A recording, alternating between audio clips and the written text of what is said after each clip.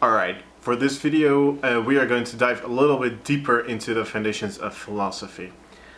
The reason why is because I saw on the last video a couple of comments that were sort of confused about the terminology that I used. So for instance, there was a little bit of confusion over this concept of unlimited demand and limited resources. So this, for instance, is what we call a model. So a model is an idealized version of reality. But I didn't quite say that in as many words. It was just like an offhand comment to justify why I was talking in this way. But it's very clear that if we want to go forward, if we want to build upon this foundation of philosophy and actually build into real decisions that we will make within Muxam, within the company, and if we want to justify them well, then we need to fully lay down the foundations and go over basically all of philosophy. So today we will be attacking one of the pillars of philosophy, which is called epistemology. And the word epistemology, episteme or episteme, is ancient Greek, if I say this correctly, for knowledge, essentially, for knowing. So epistemology is the study of knowledge.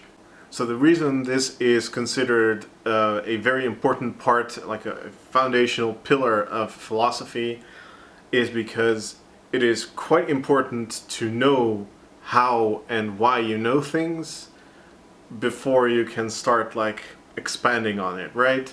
If your foundation of knowledge is a house of cards, even the slightest breeze will knock it all over, and you will have spent a lot of time and a lot of effort on things. I'm not saying that badly constructed knowledge doesn't take effort or something like that. This doesn't have to do with justification that much, because if you have this house of cards, this really badly founded belief or something that you build other beliefs upon, I mean, you're not going to get very far. And so that actually gets into the justification of why we're talking about this in the context of business at all. It seems like a really esoteric thing that we're doing here, talking about philosophy and trying to tie it to business. Honestly, from a personal perspective, I personally really like philosophy for generally understanding the world. However, in business, I think it is extra important because business is one of these areas where you get punished if you don't have a good model of the world. And in my opinion, epistemology and building a good epistemology for yourself and understanding how you actually get to believe and know things within your niche, they're a foundational part in building a successful business in the long run. Because ultimately, we are going to be talking about how to know things. So, for instance, understanding your customers, understanding your market, understanding all of these things. It is not simply enough to find some kind of thing that you can buy low, sell high. That whole idea is, it works, of course, but it doesn't tell you how you find those things that you can buy low and sell high. If you're just going to randomly buy stuff and hope they're at a low point and then sell them at a high point, or even if all you do is look at one particular shop for prices and then suddenly they have a sale and you say, oh, that's a good price, right? I can buy that and then sell it elsewhere for the normal price. That's not how things work. And you know that is not how things work, right?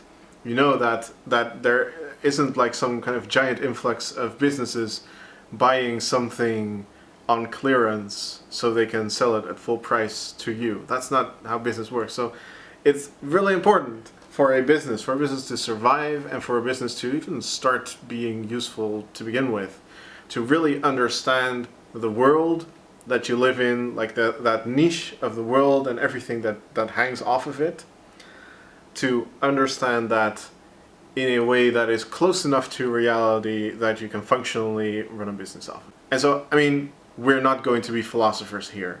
All of this is just a very thin amount of philosophy so we can do business, but we still need to get into how we construct these philosophical ideas. So, epistemology.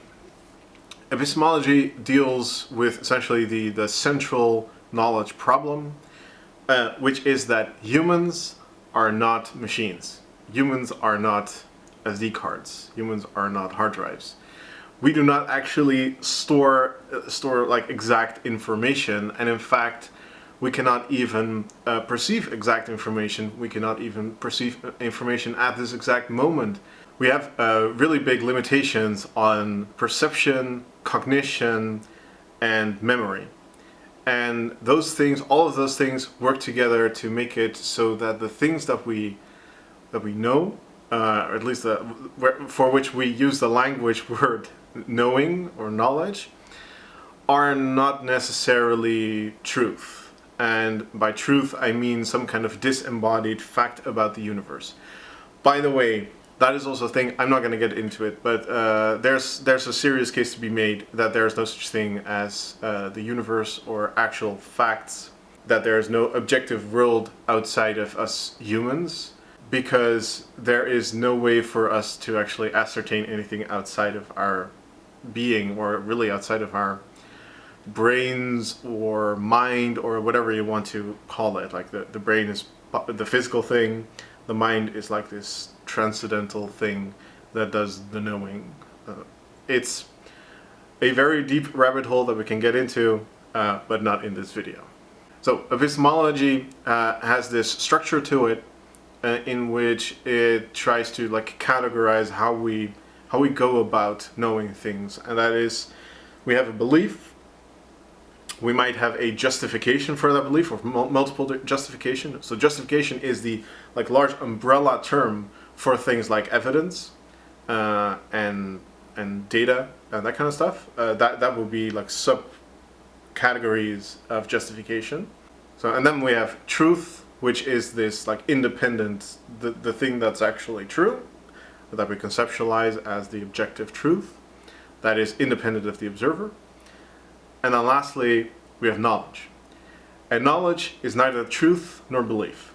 It is some kind of justified belief, or really, again, this is one of those things. Epistemology essentially says your epistemology, so your structured way of knowing, is how you define what you need to do to believe in order to turn it into knowledge. But we are not actually here to discuss whether this is how you should structure epistemology. We're not here to say what things are true, what things are knowledge, what things are belief. We are mostly here to understand this structure. So this is a way of looking at the world again. I've talked about this. I'm going to say this in every video. There are just many ways to look at a thing. It's really important to have these multiple tools to your disposal that you can use to look at the world and understand the world and understand issues, so you can solve them or understand them or whatever you want to do at that moment.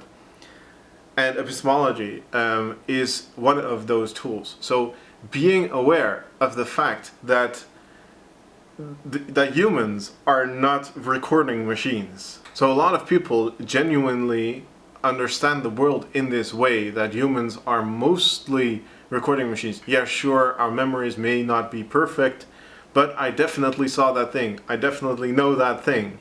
That is an objective fact. It does not have anything to do with me as a squishy human being. But in reality, like, everything is squishy inside you as a human. There is no silicon in here storing things in flash memory, and even that flash memory is not perfect. So one of the important takeaways of just the existence of this structure of epistemology is being able to self-categorize things that you believe or know as either belief or a mildly justified belief or actual knowledge, and like even the things that you know, being able to critically self-analyze whether the justification that you have for this knowledge is sufficient. Because often this is like, people tend to have these really strong beliefs, these strong preferences for things. But if you really start questioning them, they are often not based on anything. That is fine, by the way. I'm not saying that is a bad way of going about things. It is often the case that a preference is just a preference. It is just essentially an emotion that you have. But in business, if you are trying to do a thing, if you are trying to develop some aspect of your product, and you're using a method that you're just using because it's your preference, you should really think about whether that is good for your product, good for your bottom line, and good for the company. Because it may very well be, like for instance, something as stupid as I use two programs called TinyCAD and FreePCB to do PCB development. I know very well the reasons that I use them are very niche, are very personal to me. I've made some tools for it. I have some sunk cost into these tools. I know that they work well. I just know how to use them. But honestly, if I were to start developing many more pieces of electronics in a team context, this is not a tenable situation, and I might be able to, for instance, say, yeah, I really prefer this, and we should do it this way. Being aware of myself, of the fact that the reason that I think this is basically based on nothing, it's a bit of a house of cards, makes it easier for me to at that point just say, okay, sure, we'll switch to KiCad, we'll switch to Eagle. We'll never switch to Eagle, by the way. We'll switch to Altium. We'll switch to something that is more amenable to like modern team-based development. And so let's talk about my hydrogen video, right?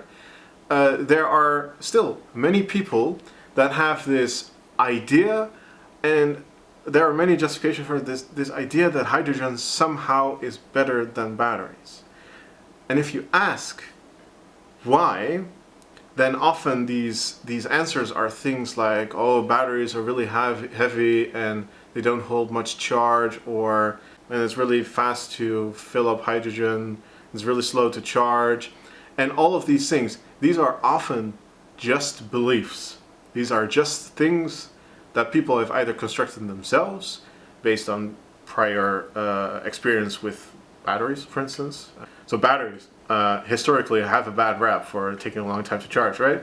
So it's logical that if you hear that cars run on batteries, then sure, they'll probably charge very slowly, right? But really, once you start questioning these things, once you really dive into it, you find that these are mostly unjustified beliefs. These are not knowledge, these are not truth. This is just unjustified stuff. It's not actually that fast to fill up with hydrogen. Certainly not currently, but even in the medium future. And also, batteries can be quite large. You can easily fit more than 100 kilowatt hour in either a Leaf or an EMV 200, right? You can go many hundreds of kilometers on a charge with those cars. And Tesla has had 100 kilowatt hour cars for, 6-7 years or something. People use these essentially unjustified beliefs to start up companies, right? They have an inaccurate model of the world and try to use that inaccurate model and try to kind of I guess bend the market to their ways. The problem there is they might be lucky, right? There are many bad business ideas that end up being lucky. If enough people do it, right, somebody will be successful. And also, it is quite easy to be successful in a relatively short amount of time. It's harder to have a sustainable long-term company. Ultimately, I do actually believe there is some kind of objective world, or at least there is an order to a world that you can understand. And there is this wrong model of the world that you may have will catch up to you and will ultimately make it so you fail. And it's really important to learn from that and to understand, again, I'm not saying I know everything. I might be unjustified in my belief that hydrogen is a bad idea, right? But at least I'm trying to learn from my mistakes. I'm trying to put this foundation down and reevaluate the beliefs that I really hold strongly, right? And I am very willing to change my beliefs if a better justification comes along that basically demolishes my belief. And that is an epistemology. That is one of the ways in which you can structure a way of acquiring knowledge.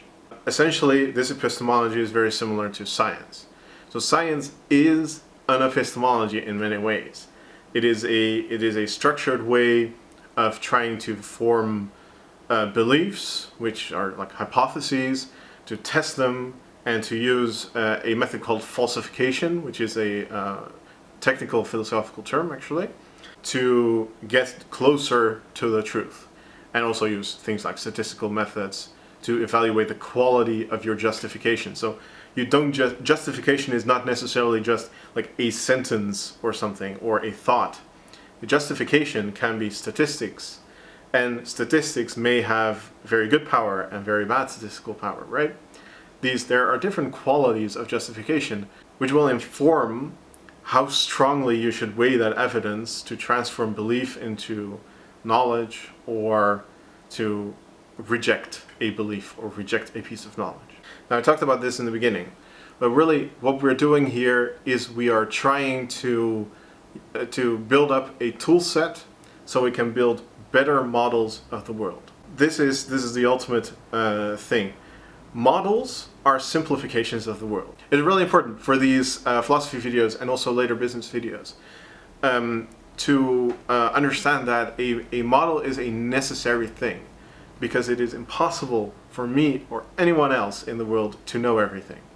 So models, it's really important that they are sufficiently sophisticated so that you can actually use them and get useful results, but at the same time they have to be like appropriately detailed.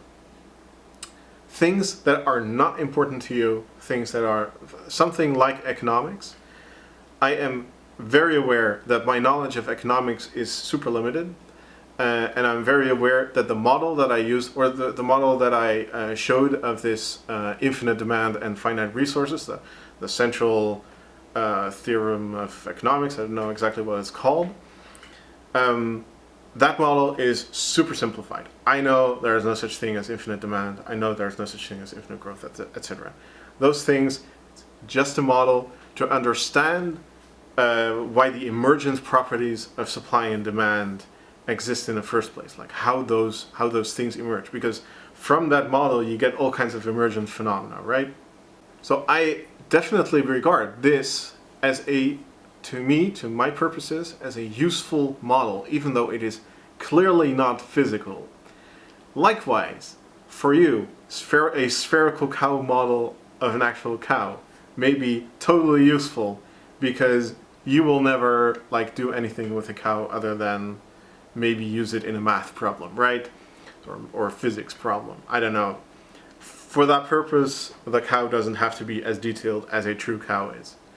It's fine to use a spherical cow. To me, developing a battery management system, it is exceptionally important that I have a really good model of a battery, a more accurate model of a battery than 99.999% of people. So in that, like, an appropriate sophistication of my model is essentially knowing everything about batteries.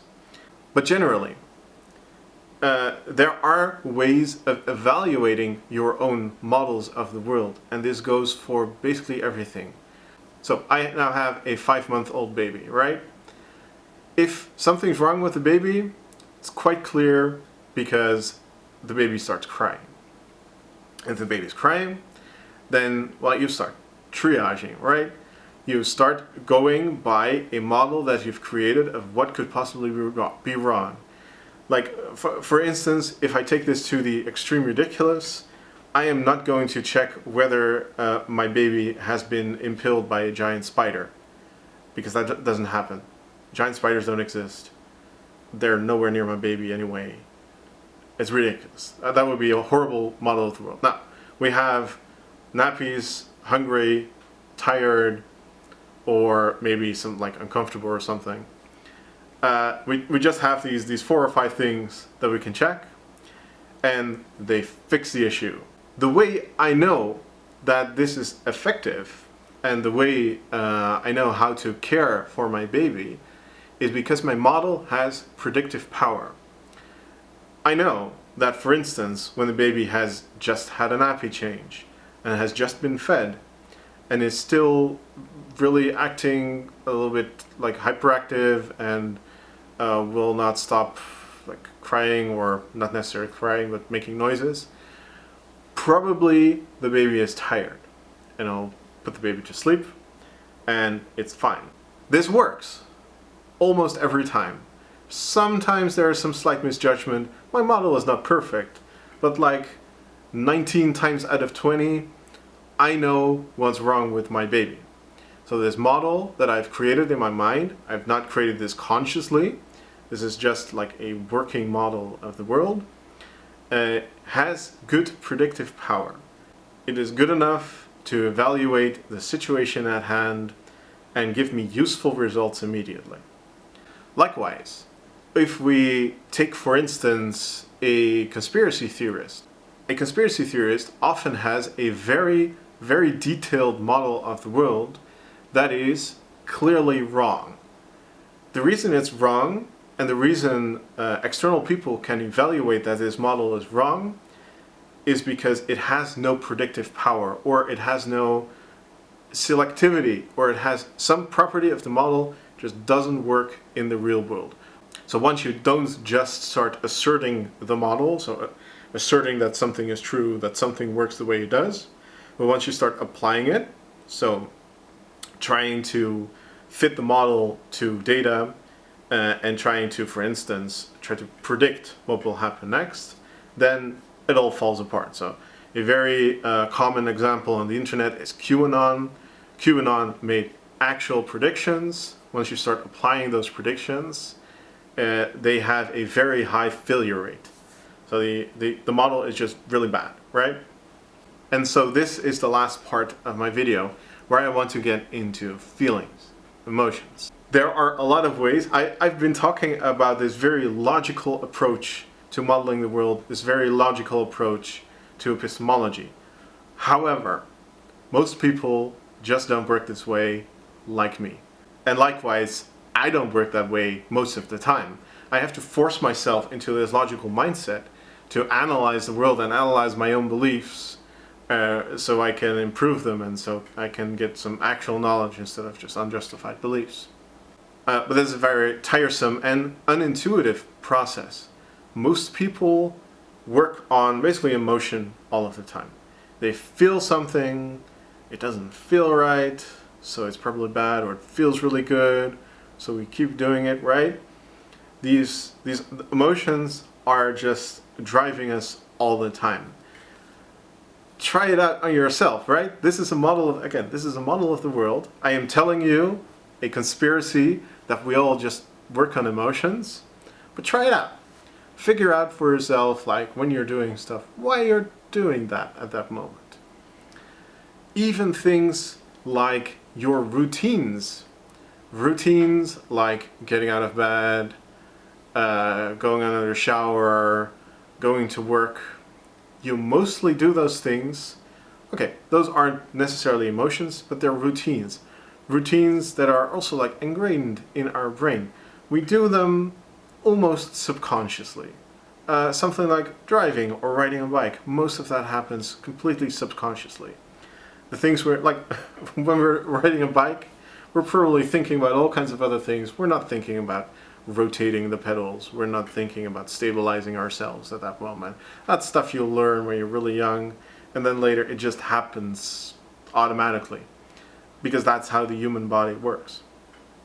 So this epistemology, this application of philosophy, is something that you have to force yourself to do. It takes a lot of energy and takes a lot of time out of your day to really actively think about these things and actively make them better. But even that is not sophisticated enough a model. You cannot just say that. So again, the baby analogy. Sorry, I've just become a father. This is just something that is on my mind. My baby lives completely in the moment. So if there's something like a cramp or something, baby starts crying. But if that cramp has sort of subsided and baby sees me and I'm smiling, then suddenly baby is smiling, right? So this is a completely in the moment. Whatever is happening at that moment, that's the only reality that there is. There's almost no memory of the past, and there's almost no thinking about the future or wants or needs in the future, right? Normal humans do have this. So as you age beyond, say, 5 months, you start developing things like a memory and needs and wants and longer term things. You get influenced by, for instance, your dad and your mom and your family and your acquaintances. And all of those people also have needs and wants and beliefs that are constantly communicated to you. So it becomes really hard at the point in your life where you can actually decide things for yourself, where you have your own responsibilities, to distinguish fact from fiction, sort of. Like a lot of things that people tell you are unjustified beliefs, right? It's bullshit what most people tell you most of the time. What I'm telling you most of the time, it's bullshit. I say bullshit, it is just not very adjacent to truth. It's either a totally unjustified belief, or it's a preference, or it's a custom, or it's a routine, right? These things, they are ingrained in society. I mean, all kinds of things that rely on trust, things that rely on routine. Holidays, why do we have holidays, right? I don't need holidays, I work on holidays. Why do we work from 9 to 5? Why not from 10 to 6? Or from 12 to 6? Or from 12 to 3? Like all these things, they are essentially like preferences in the world. They are things that exist mostly as a construct, mostly as a thing that has no intrinsic justification other than this is how things have worked, this is how people have generally preferred things, or even something as simple as this is generally how people's emotions work. Now again, I use this really strong word, bullshit, to say that things that aren't factual aren't true or real or something, but they are true. Emotions and feelings are probably, like I said, most things that people say, most things that are being communicated, most everything in our world is bullshit, is feelings, is emotions, is routine, is all these things.